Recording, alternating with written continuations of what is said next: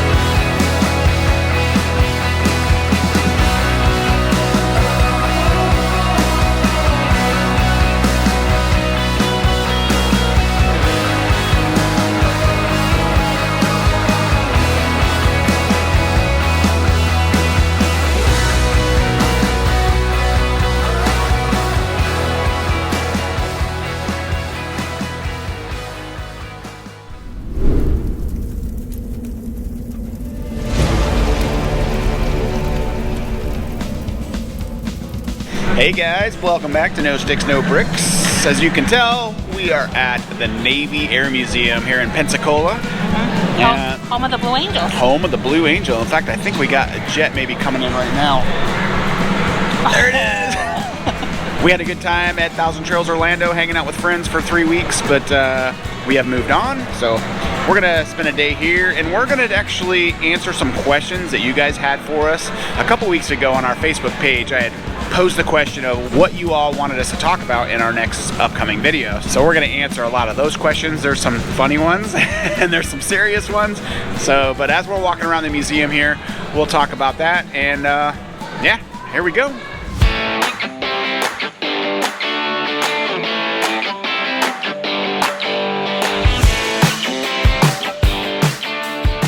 Hey, look who we ran into here at the museum. It's Rocky and Lori from Why We Still Can.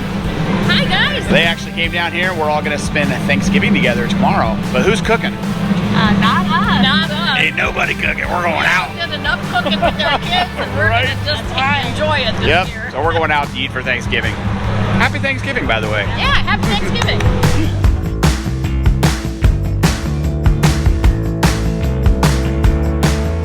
Alright, so the first question that we had on our Facebook page was, what is our favorite feature of our new RV?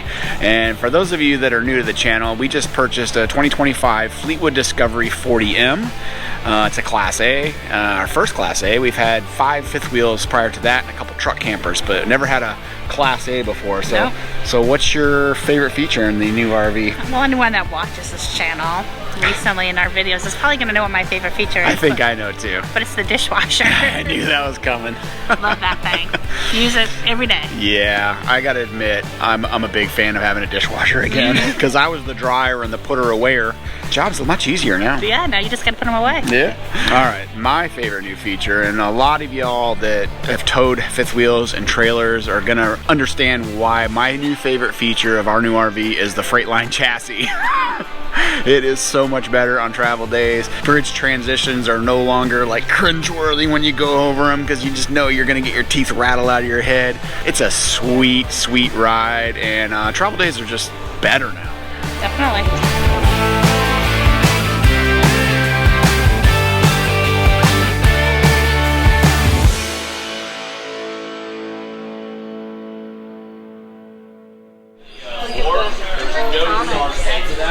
All right, babe.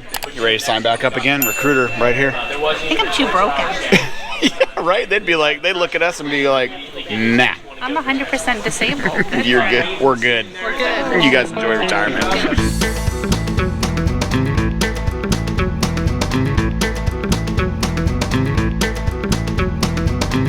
All right, so next question we had on our Facebook page. This one's kind of funny. Why are groundhogs cool as shit? Or poop.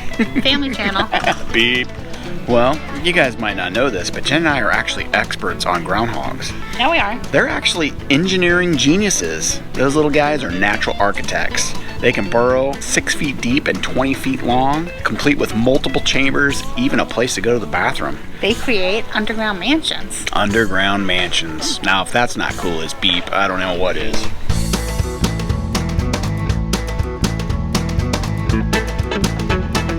Excuse me, sir. Yeah. The president would like to have a word with you. Again? Again, yes. Jeez, this guy's always bothering me. Yes, Mr. President, can I help you? I am not a crook.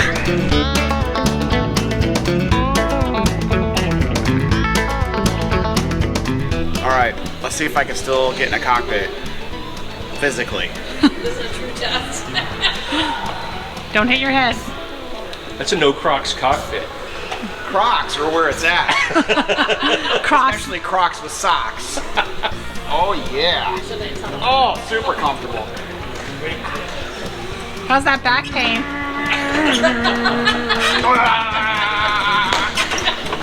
I might need some help to get out though.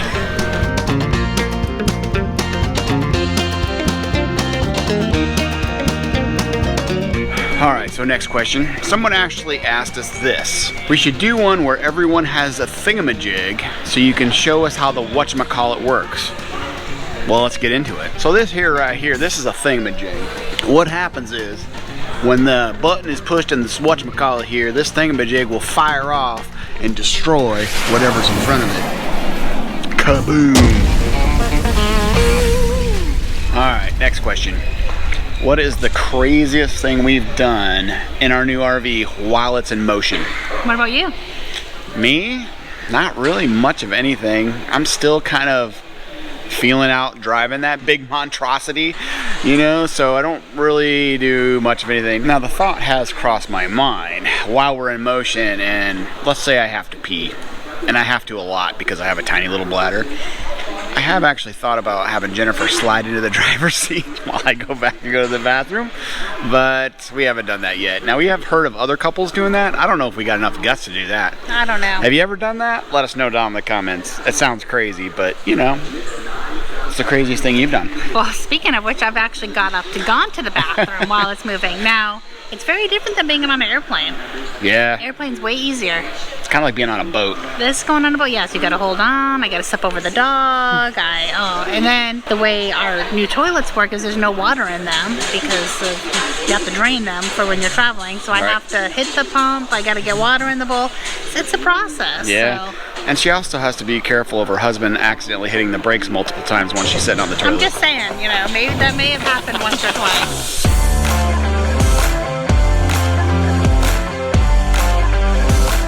You want me to get in that. Yeah, getting that. All right. Can you fit? Here we go. If I have to be rescued, yeah, I would hope I would. Oh, yeah. Oh, that's super comfortable. Now you're just flying way above the ocean. Oh, God. Now can you get out? Help! Would you abandon the Crocs? No, I would never abandon the Crocs.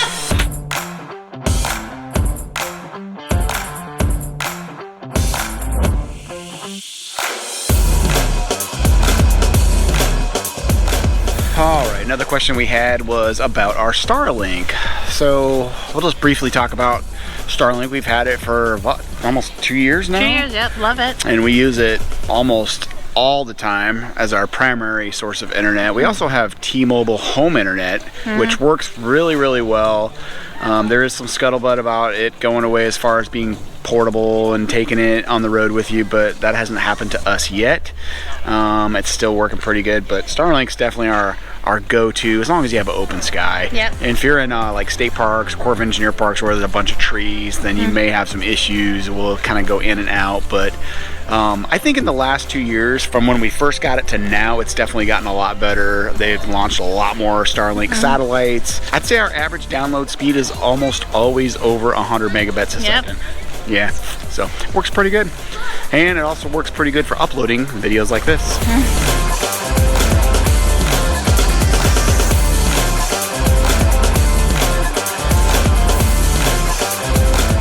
So a couple more topics that y'all wanted us to talk about that we'll actually discuss later in different videos is military fam camps. I think we're actually going to do a standalone video and talk about all the different military fam camps that we've stayed at and do like a rack and stack of our favorites to our not so favorites. Also the setup and procedure for flat towing the Jeep. We'll do a separate video on that as well. I pretty much got it down now, so I'll kind of do a step-by-step on how to flat tow the Jeep behind our motorhome. It's actually very easy, but it can be intimidating when you first do it because you're just not sure how to do it. You don't want your Jeep flying off the back end of your RV when you're going down the road. And the last topic that y'all wanted to talk about, but we'll do later, is decorating our RV for Christmas, which is coming up very soon. And we'll be doing that when we get to Lake Conroe in Texas, where we're meeting up with Clay and Maria from our Road Less Traveled. Well, how was Black Friday shopping? Packed, crazy. Was it? I was only gone a couple hours though. Yeah, wasn't too bad. No. So you got a few things for Christmas? Things, yeah, just a few things. So I discovered something while you were gone in the RV. You did. I did. You want me to show you? I'm a little nervous. I don't know what you did. Alright, so here's a trick. Ready? See how bright the lights are in the bedroom right now? Uh-huh. Watch this.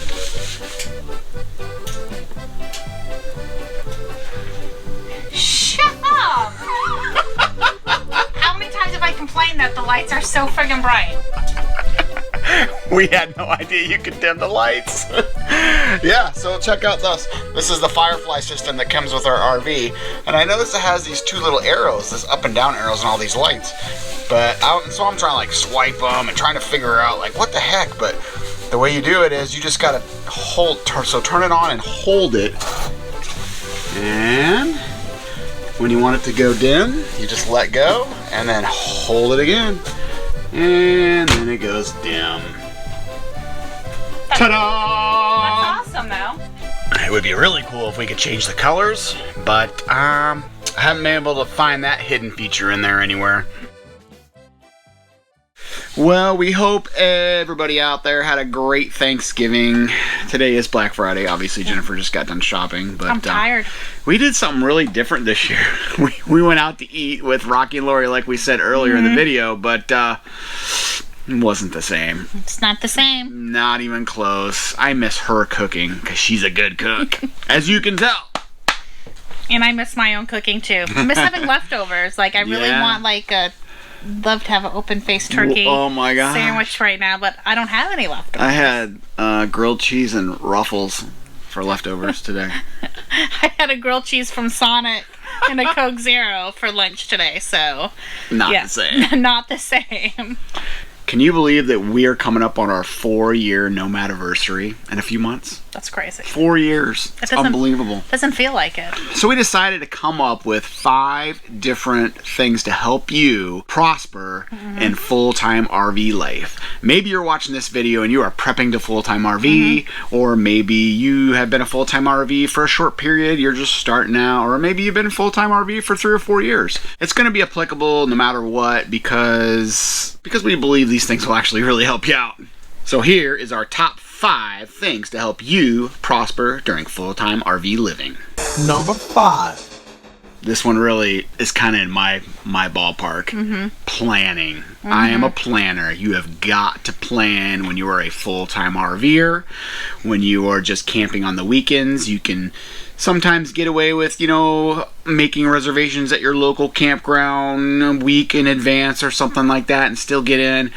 It is not the case when you're a full-time RVer. In fact, this morning I booked a RV park in Oregon for June, and it's November.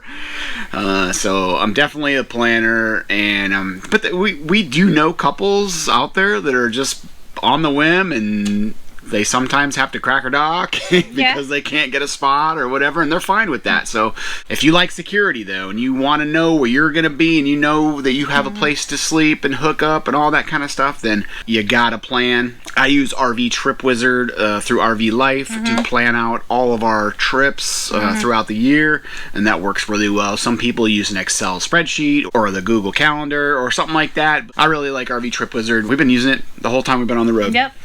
Because, we meet people or, we're on different Facebook groups for RV living or, Thousand Trails as a membership we have or stuff like that. And people are like, hey, I just tried to book something for 2 weeks from now in Florida. Well, In the winter. So, I mean, if you know that you want to go to Florida in the winter, you got to plan for that because you can't wait. Same to be said for like New England in the summer, Exactly. or Oregon and Washington in the summer. Like you got to plan it out, or you're not going to get in there. National parks too. Yeah, You same gotta plan thing. those Got to out. plan. Number 4. So for number 4, to help prosper, is to socialize. Definitely. Don't just sit in your RV and do nothing. Get out, meet your neighbors. I mean, some of our closest, bestest friends we've met on the road. Yeah, absolutely. And if you have some kind of campground membership like 1,000 Trails or Coast to Coast or whatever, then the chances of you running into each other again are very high. So it's nice to see familiar faces and hang out and play Mexican Train like we do a lot of. And a lot of campgrounds have like events, bingo or cornhole tournaments, whatever you want. Usually most of them have some type of activities. Get out, socialize. I feel like that makes things better. Because we hear a lot of people complain like they get bored on the road. It's just me and my husband, or just me and the kids, or and then you got to get out. You got to do things. Yep, definitely.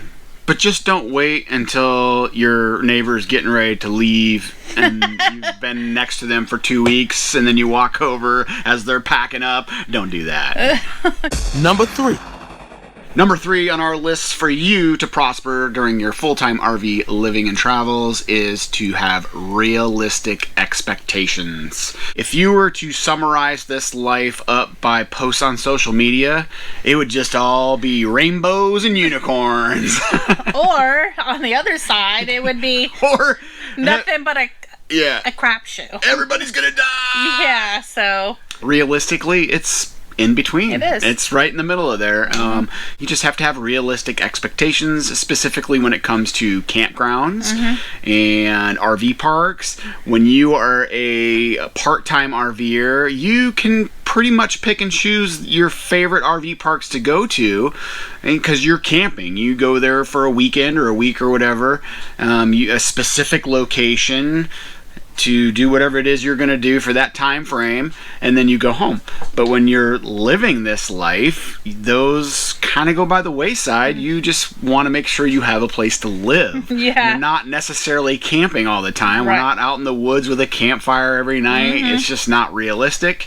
Sometimes you are camping in a parking lot, and as long as you have hookups and you got a place to stay, then we're happy with that. And a lot of that comes down to also, campgrounds, like different RV memberships again, or whatever. You got to realize, like we've been to some private RV parks that have been phenomenal. Yeah. And then we've been to others where I'm like, well, you know what? We have hookups and we're only here a couple nights. Right. We like this area. There's things to do. And then within Thousand Trails, you have some great, fantastic, a lot of our favorite parks. And then we've been to a few that were like, meh. But, it's part of our membership and it doesn't cost us anything. So you're not going to always have a pool. You're not always going to have a hot tub. You're not always going to have activities. You're not always going to have, a clubhouse. Sometimes you have none of that. Right. And we had a saying in the military, when you PCS from base to base to base, it's all about what you make it. Some bases people hate. That same exact base other people love. So the same thing is applicable to the RV parks. Some of people like them, some people don't. And it's really is all about what you make of it. And do your research. I mean, there's tons of, you can look at, Google reviews, Yelp reviews. A lot of campgrounds have their own Facebook page. You can look at reviews from there. So. Right. And this goes back to being social with people, because you learn by talking to other people the actual truth about some of the campgrounds, instead of just reading reviews. Because, people post reviews. Typically, they don't post good reviews. Right. They are posting reviews to vent because they're not happy about something. But if you actually hear it from people as you're talking to them, then I think it holds a little bit more water. Number 2. Budgeting. Because if you don't have a campground membership, then you got to budget those RV parks in certain locations like Florida. Yeah. Sometimes they're higher. The Florida Keys, super high. Not only that, but you also want to budget like things you want to do in the area. There's lots of free things to do. We've talked about that before, hiking, biking, all that. But if you want to go to an amusement park or a zoo or a museum or whatever, then you just got to budget for that because money's tight for a lot of people. Yeah, for sure. And then if you are a full-time traveler as well, like we are, you have to budget for fuel because fuel is not cheap, obviously. It's just something you got to factor in, and it's a big something you got to factor in. Fuel is probably our biggest expense. Yeah, I'd say so. Because we have 1,000 trails, so we don't really have a lot of expense when it comes to RV parks. Right now we're at a military fam camp, and we do stay at those quite a bit as well, which are cheaper. But, boy, I don't even know how we would do it if we didn't have those two options. Like, it would be pretty tough. We'd be doing a lot more boondocking, for sure. A lot more boondocking. Would probably be staying a lot longer in certain places. Cause, usually if you stay a month, you can get like a monthly rate or something. But, right, where we typically move every 2 to 3 weeks. Yeah, because we get antsy. Number 1. Numero uno. In our opinion. In our opinion, and I believe this is probably in a lot of other full-time RVers' opinions, but the number one thing to help you prosper when becoming a full-time RVer, especially a full-time RVer / traveler, is to be flexible. Ooh. You have to be flexible because you just don't know what's going to change your plans. It could be a hurricane. It could be... Has happened. It could be an RV park that has some kind of catastrophic power failure. Has happened. Family emergencies. I mean, you name it. There is all kinds of things that can happen when you're on the road and you're moving every couple of weeks. So you just have to take it with a grain of salt, be flexible, and what we like to say is press on with pride. All right, so that's our top 5 things to help you prosper becoming a full-time RVer. If you have any more, go ahead and drop them down in the comments. Make sure you also follow us on Facebook at No Sticks, No Bricks, and Instagram, and make sure you also join our Facebook group, the No Sticks Squad. Yes. Got a lot of cool information in there, and people are always posting funny stuff. It's a good time. And that pretty much does it for this week. You got anything else? I don't. All right, well, until next week, guys, safe travels.